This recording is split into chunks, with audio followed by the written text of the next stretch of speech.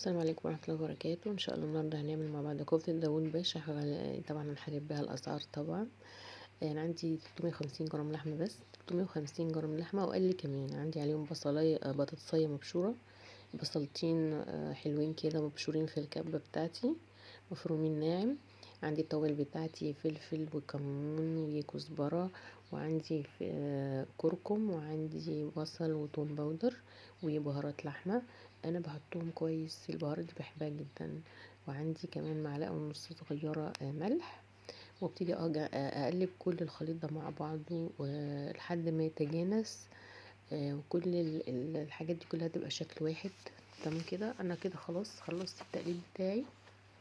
هضيف بس اضافه ان انا عندي خضره، احط ما عنديش خضره طازه، فانا هحط عندي في الفريزر. انا بحطها للطوارئ، بحب اخليها عندي على طول باستمرار.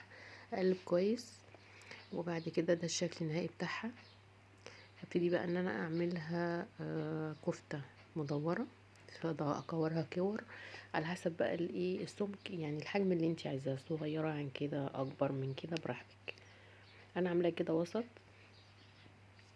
حجم الكفتة ده كويس. فابتدي ان انا اكور الكفتة بتاعتي كلها لحد ما اخلص كل المكونات بتاعتي، و يعني اعملها كويس، ادورها كويس بحيث انها تبقى شكلها متجانس. وده الكميه اللي طلعت لي من الحاجات اللي احنا عاملينها. الكميه اللي احنا عاملينها دي حوالي 42 واحده او 40 واحده تقريبا. انا بعد كده ببتدي ان انا بس امشيها في حبه دقيق كده، وانفضها من الدقيق واحطها على طول في الزيت عشان تتحمر. واقلبها بقى امتى؟ لما يعني دوبك بعد دقيقه كده دقيقتين احس انها احمرت من تحت، تاخد لون بس الذهبي زي ما احنا شايفين.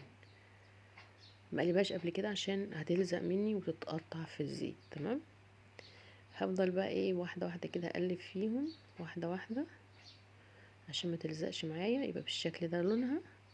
ويدوبك بس تاخد اللون ده، وهشيلها واحط غيرها لحد ما اخلص الكميه كلها. اطلعها على منديل المطبخ عشان كميه الزيت اللي فيها كتير تطلع. تمام، ده الشكل بتاعها النهائي. طعمها كده برضو هي مستويه جميله جدا. خلاص، بس انا برضو هعمل فيها ايه، احطها في الفرن. فانا عندي صينيه، بجيب صينيه بتاعتي سواء باي صينيه تعجبك، بايركس، المونيا، اي حاجه. تمام، بحطها في الصينيه بتاعتي وارص الوحدات الكفته بتاعتي فيها، اوزعها كويس. انا عندي في التلاجة باقي بصراحه صلصه من الكشري، فقلت استفيد منها احطها على الكفته بتاعتي بالشكل ده. دوبك بس هي ادخلها الفرن،